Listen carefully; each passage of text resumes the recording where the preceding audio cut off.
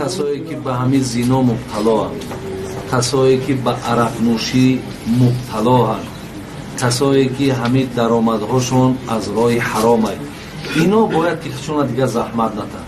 شریعت به نام پروردگار به یا تماما یگان ذره به اینا احتیاج ندارد. در شریعت ما کچتوا در کار، کچتوا در کار نیست. بله، ما در کچتوا در کار، ما در مسلمانی که همه گفتی همه چیزها ایستینی مسلمان باشه، مسلمانی که حقیقتا قرآن میگه ادخلوا فی السلم کافتا، با پرگی در دین بدرو. این نه که برادر هم نماز هم زنا، ببینید هم نماز هم عرق فروشی، هم مثال زنا هم عرق نوشی، هم دیگر اخی تماما یک مسخره در دین است، یک مسخره در دین می شود. از همین خاطر بسیار با یک پهلوان ما در جمعهمون حکایه میکردیم از قزوین ایران، ایرا مثنوی حکایه میکنن. میگه وقتی که رفت میگه گوشتینگیر بوده است، پیش یک نکال کزن رفته سوزنزن گفت است که انا میخوام که در همین پشت من صورت یک شیر بزنی تا که مقصد همه آدمی که با من گوشتین میگیره حریفم. هیچ خیلی وقتی میبینن دستا پولی صورت پشتا صورت اکی همه حیبت داره کو، خب اما حیبت دما پیدا شد. هی سوزنزن اکو پول میگیره برای فرقش چی ہوتی؟ بعد میگه گفت مقصد با شکم بزن، گرفت سوزن او بعد زد که دوای این مرده که گوشتینگیر برآمد. گفت که از کجاش سر کردی؟ گفت از سرش سر کردم، ای کلای شیر. گفت که ترکش که گفت شیر به کلا میشه دیگه جاش بگیری. هی که با سوزن با زد دیگه از کجاش سر کردی؟ گفت ای دنبش، ای گفت شیر به دنبا میشه ای دیگه جا بگیر. همین هر گل میزنه ای پشتش شیر به پشت میشه، ای شکم شیر به شکم میشه. بعد میگه سوزنزن دید که نه مقصد دمه. بعد میگه بر زمین زد سوزناندم اوستا، گفت در عالم کسی را این فتاد، شیر بیگوش و سر و اشکم کی دید، این چون این شیر خدا کی آفرید. خب این مقصد ای یکمشی خیلی شیرها نیست. بعد گفت چون نداری طاقتی سوزن زدن، از چونین شیری جیان پستم مزن. وقتی طاقتی سوزن نداری ای شیر گب نزد، یعنی طاقت دین نداری، طاقت اسلام نداری. مثلا مقصد شمی ای ایتری نزن مثال جرجی که من مسلمانم. مسلمان کسی که تمام فرموده خدا در تابع می شود. برای او برادری عزیز حرام ها حرام ای، حلال ها حلال ای. نداری طاقت همین را در کار نیست، برای زینا میکنی، برای مقصد چی بدبختی که میکنی کردن بگیر. جهنم خدا کلان. اگر همه ما و شما پیش خدا میریم، پیش الله مهربان در راست میشیم برای این بدبختی هامان. ببین چهار میگه انسان روز قیامت قدمش از قبرش میگه یک قدم زدن نمیتوند تا 4 سوال جواب نگه. یکی از امونو چیه؟ یک من عمری فیم افنا، خدا میپرسش چند سال حیات دادم؟ 60 سال یا 70 سال یا 50 سال. فیم افنا، عمرت در چی صرف کردی؟ این سوال ای برادر. از این قسم به بزرگی خدا این منظره میشود، این فرموده ای، این یکان انکدوت نیست. فیم افنا، عمرت در چی صرف کردی؟ خب این را که میگوی که باید بگوی همه را کود در کجا صرف کردی، چه خیل کردی، همه اینا را پیش خدا میگوی. و بعد همین عیب نیست، خجالت نیست که بگوی پروردگار را خیلی مقصد من همین خیل زنا کردم، من عرق نوشیدم، من فلان کردم. این بسیار برای تو دیگر اونجا هیچ دستگیری برای تو دیگر نیست برادر عزیز. میگه حضرت ذوالجلال و الاکرام پرسد از شبهه و حلال و حرام، پرسد از ما چرا چنین کردی، این گناه کردی و آن کردی. تو که عبدی من که معبودم، امر و نهی که بر تو فرمودم، تو چرا برخلاف آن کردی، نفع خود را چرا زیان کردی، حد خود را چرا ندانستی در محلی که می توانستی. بین همش میتونستی که دادم شرایط عقل بود همه بود، چرا نکردی؟ بعد حضرت مولوی آخر چی میگه؟ غیر شرمندگی چیروی جواب، وای آندم بجان قطره آب. وقتی خدا که این خیل راستت کرد و این خیل پرسید و این خیل خطابت کرد، مولوی میگه وای به حالت که چی میشه به سری تو. برای این برادری از اندیشه کنیم، بر خدا قسم این دنیا بی صاحب نیست. محترم خداوند گاوی بی شاخبر نآفریده. الله میگه و من خلقت الجن والانس الا لیعبدون، آفریدمت برای عبادتم، آفریدمت برای بندگیم، آفریدمت برای اطاعت کردنم، نه برای مثال هر چیزی که بخوای کردم بگیری. این خیلی ما برای تو رخصت نمیتون. خدا میگه برادرش شرمنده بشود، شرابنو شرمنده نیست. خودتان بگویید، خودتان این تجربه ها و این نگاه ها بارهایی به تکرار دیده اید. یک شرابنوش اگر شراب می نوشد حیوان می شود. به خدا قسم اولئک کالانعام بل هم اضل، انسان هایی که حرام استفاده می کنند اونها حیوان هستند. به خدا از حیوان ذلیل و خاطرند. در آخرش از اون دور می شود. فرقیت من و شما از حیوان همین است جان من. از حیوان فقط به همین خاطر فرق میکنه که تو عقل داره و عقل ندارد، اما دوم همو دارد، پای هم دارد، چشم هم دارد، گوش و زبان هم دارد، اما یک چیز به اون نمیرسد، این عقل است. عربا خمار میگویند، خمار اون رومالی که سرشان میپوشانند اون میشود از در زبان عرب خمار. رومال شخصی که شراب می نوشد عقلش تاریک می شود، عقلش پوشیده می شود، عقلش زایر می شود، دیگر هیچ چیز برای فرق ندارد. انسان وقتی شراب را می نوشد چند صفت حیوانی را به خود می گیرد. اول وقتی می نوشد یعنی عقلش دور می رود، مانند روباه می شود، مکار می شود. شراب نوش اگر یک قدح نوشید باز برای کافتن دوم قدح، سوم قدح دنباله می گرد. بعد از اون که او را نوشید شیر می شود. شیر دیگر برای او همه چی یک است. اگر بگو که از سری اون جرد پر می رود می پرد. ثانیاً صفت گرگ، هر چی را که پیشش آمد می دارد. خواهرش که آمد با او زنا می کند، برادرش را می کشد.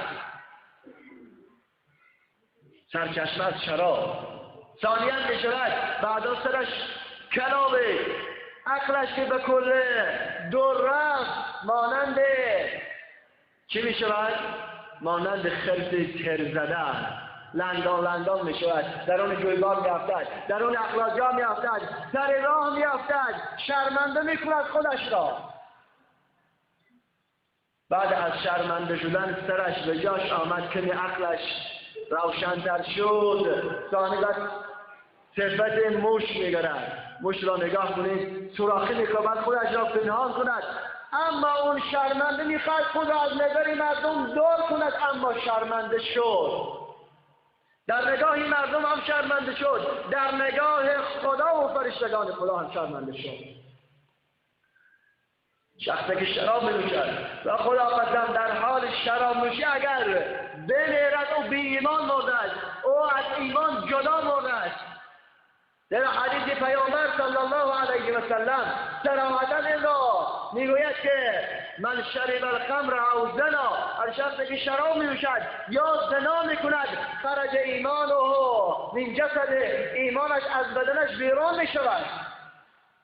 فکان فوق رأسه کظله، در بالای سرش مانند چتر می‌ایستد. ایمان انسان از بدن میبرد، وقتا که برآمد بالای سرش می‌ایستد. اگر هوشیار شد و توبه نصوح کرد واپس می‌دارد، اما توبه نکرد ادامه داد، مدمن خمر شد، ایمان فاصله می‌رود، از او دور شدن می‌گیرد.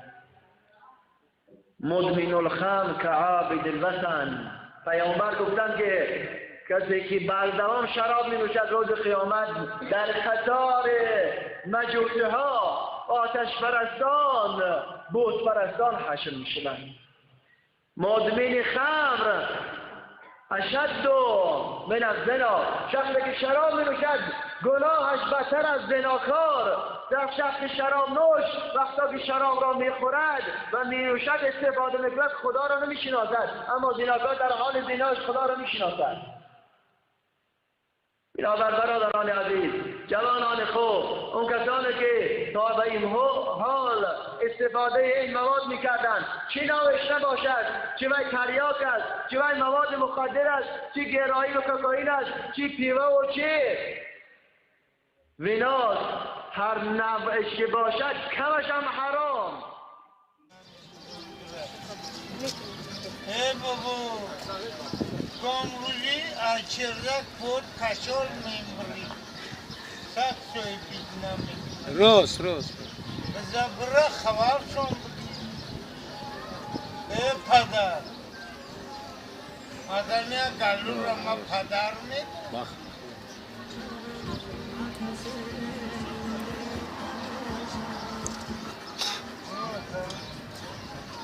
یعنی فهمی بخیر من چی میدونم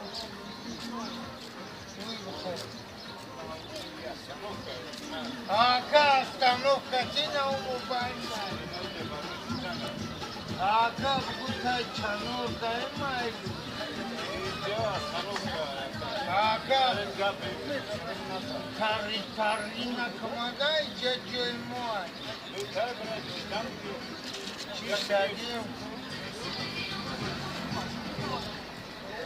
گازده بابو گازده بخیرم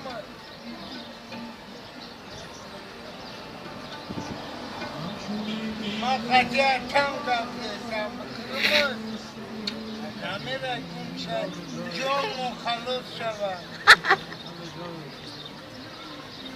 چوفم سلام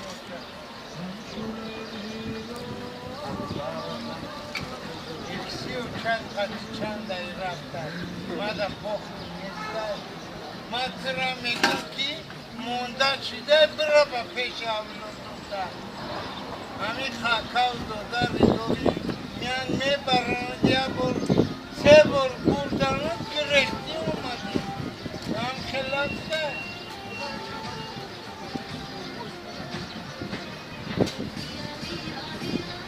باید تنگی تکومی دیگر را پول کود در کجا صرف کردی، چخیل کردی، همه اینا رو پیش خدا میگوی و بعد همین عیب نیست، خجالت نیست که بگوی پروردگار خیر مقصد من همین خیل زنا کردم، من عرق نوشیدم، من فلان کردم. این بسیار برای تو دیگر اونجا هیچ دستگیری برای تو دیگر نیست برادر عزیز.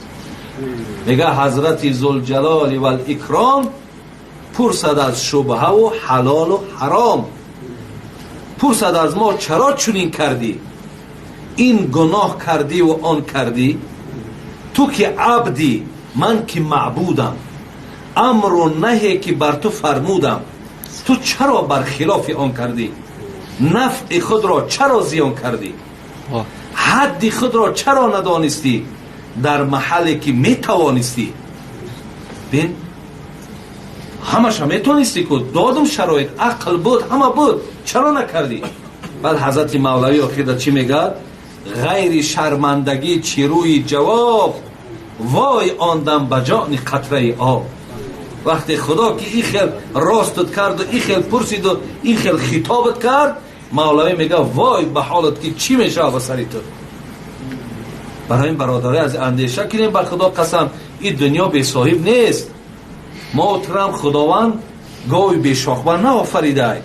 الله میگه و من خلقت الجن و الانس الا لیعبدون، آفریدمت برای عبادتم، آفریدمت برای بندگیم، آفریدمت برای اطاعت کردنم، نه برای مثال هر چیزی که بخوای کردم بگیری. این خیلی ما برای تو رخصت نمیتونم خدا میگه. برادرش شرمنده بشود، چرا ما شرمنده نیست؟ خودتان بگویید، خودتان این تجربه ها و این نگاه ها بارهایی به تکرار دیده اید. یک شراب نوش اگر شراب می نوشد حیوان می شود، به خدا قسم اولئک کالانعام بل هم عدل، انسان هایی که حرام استفاده می کنند اونها حیوان هستند، به خدا از حیوان ذلیل و خاطرند. درخش از اون دور می شود. فرقیت من و شما از حیوان همین است جان من. از حیوان فقط به همین خاطر فرق میکنه که تو عقل داره و عقل ندارد، اما دوم هم دارد، پای هم دارد، چشم هم دارد، گوش و زبان هم دارد، اما یک چیز به اون نمیرسد، این عقل است. عربا خمار میگویند، خمار اون رومالی که سرشان میپوشانند اون میشود از در زبان عرب خمار. رومال شخصی که شراب مینوشد عقلش تاریک میشود، عقلش پوشیده میشود، عقلش زایر میشود، دیگر هیچ چیز برای فرق ندارد. انسان وقتی که شراب را مینوشد چند صفت حیوانی را به خود میگیرد. اول وقتی که مینوشد یعنی عقلش دور میرود، مانند روان می شود، مکار می شود. شراب نوش اگر یک قدح نوشید باز برای کافتن دوم قدح، سوم قدح دنباله می گرد. بعد از اون که او را نوشید شیر می شود. شیر دیگر برای او همه چی یک است. اگر بگو که از سر اون جر بپر می رود می پرد. ثانیاً صفت گرگ، هر چی را که پیشش آمد می دارد. خواهرش که آمد با او زنا می کند، برادرش را می کشد. سرچشمه از شراب. ثانیاً می شود بعد از سرش کلابه، عقلش که به کل دور رفت مانند چی می شود؟ مانند خرس تر زده لندان می شود، در اون جویبار می افتد، در اون اخلاجا می افتد، سر راه زنه باز زده دیگه تا از کجا سر کردی وای دنبش ای گوش شیر به دنبا می شود، ای دیگه جا بگی همه هر گل میزنه ای پشتش شیر به پشت می شود، ای شکم شیر به شکم می شود. بعد میگه سوزن دید که نه مقصدی دمه، بعد میگه بر زمین زد سوزن آندم اوستا، گفت در عالم کسی را این فتاد، شیر بیگوش و سر و اشکم کی دید، این چونین شیر خدا کی آفرید. خب این مقصد ای یکمش خیلی شیرها نیست، بگو چون نداری طاقتی سوزن زدن، از چونین شیر جیان پستم مزن. وقتی طاقتی سوزن نداری ای شیر گپ نزد، یعنی طاقت دین نداری، طاقت اسلام نداری، مسلمی مقصد شمی ای تری نزن. مثال جرجی که من مسلمانم. مسلمان کسی که تمام فرموده خدا را تابع می شود. برای او برادری عزیز حرام ها حرام ای، حلال ها حلال ای. نداری طاقت همین را در کار نیست، برای زینا میکنی، برای مقصد چی بدبختی که میکنی کردن بگیر، جهنم خدا کلان. اگر همه ما و شما پیش خدا میریم، پیش الله مهربان در راست میشیم برای این بدبختی هامان. ببین چهار میگه انسان روز قیامت قدمش از قبرش میگه یک قدم زدن نمیتوند تا 4 سوال جواب نگه. یکی از امونو چیه؟ یک من عمری فیم افنا، خدا میپرسش چند سال حیات دادم؟ 60 سال یا 70 سال یا 50 سال. فیم افنا، عمرت در چی صرف کردی؟ این سوال ای برادر از این قسم به بزرگی خدا این منظره میشود، این فرموده ای، این یکون انکدوت نیست. فیم افنا، عمرت در چی صرف کردی؟ خب این را که میگوی که باید بگوی همه را. کسایی که به همین زینا مبتلا هست، کسایی که به عرق نوشی مبتلا هست، کسایی که همین درآمدهاشون از راه حرام هست، اینا باید که خودشون دیگه زحمت ندن. شریعت به نام پروردگار به یاد تماما یگان ذره به اینا احتیاج نداره. در شریعت ما کچتوا در کاره، کچتوا در کار نیست. بله ما در کچتوا در کاره، ما در مسلمانی که همه گفتید همه چیزها ایستینی مسلمان باشه، مسلمانی که حقیقتا قرآن میگه ادخلوا فی السلم کافتا، با پرگی در دین بدرو. این نه که برادر هم نماز هم زنا، ببینید هم نماز هم عرق فروشی، هم مثال زنا هم عرق نوشی، هم دیگر اخی تماما یک مسخره در دین است، یک مسخره در دین می شود. از همین خاطر بسیار با یک پهلوان ما در جمعهمون حکایه میکردیم از قزوین ایران، این را مثنوی حکایه میکنن. میگه وقتی که رفت میگه گوشتینگیر بود است، پیش یک نکال کزن رفته سوزن زن گفته است که انا میخوام که در همین پشت من صورت یک شیر بزنی تا که مقصد همه آدمی که با من گوشتین میگیره حریفم. هیچ خیلی وقتی میبینن دستا پوری صورت پشتا صورت اکی همه حیبت داره کو خب اما حیبت دما پیدا شد. هی سوزن زن اکو پول میگیره برای فرقش چی ہوگی بعد میگه گفت مقصد با شکم بزن گرفت سوزن او بعد زد که دوای این مرده که گوشتگیر برآمد او که از کجاش سر کردی گفت از سرش سر کردم ای کلای شیر او که ترکش که گفت شیر بی کلا میشه دیگه جاش بگیری هی که با سوزن شرمنده میکند خودش را بعد از شرمنده شدن سرش به جاش آمد که عقلش روشن‌تر شد ثانیت صفت موش میگرد موش را نگاه کنید سوراخی میکند خودش را پنهان کند اما اون شرمنده میخواد خود را از نظر مردم دور کند اما شرمنده شد در نگاه مردم هم شرمنده شد در نگاه خدا و فرشتگان خدا هم شرمنده شد. شخصی که شراب می‌نوشد و خدا قسم در حال شراب نوشی اگر بمیرد او بی ایمان مرده است او از ایمان جدا مرده است. در حدیث پیامبر صلی الله علیه و سلم صراحتاً این را میگوید که من شرب الخمر او زنا هر شخصی که شراب می‌نوشد یا زنا میکند خرج ایمانه من جسد ایمانش از بدنش بیرون میشود فکان فوق رأسه کظله در بالای سرش مانند چتر می‌ایستد. ایمان انسان از بدن میبرد وقتا که برآمد بالای سرش می‌ایستد اگر هوشیار شد و توبه نصوح کرد واپس می‌دارد اما توبه نکرد ادامه داد مدمن خمر شد ایمان فاصله می‌رود از او دور شدن می‌گیرد. مدمن الخمر که عابد الوثن پیامبر گفتند که کسی که بردوام شراب می نوشد روز قیامت در قطار مجوسه ها آتش پرستان بت پرستان حشر می شوند. مدمن خمر اشد من الزنا شخصی که شراب می نوشد گناهش بدتر از زناکار. در شخص شراب نوش وقتا که شراب را می خورد و می نوشد استفاده می کند خدا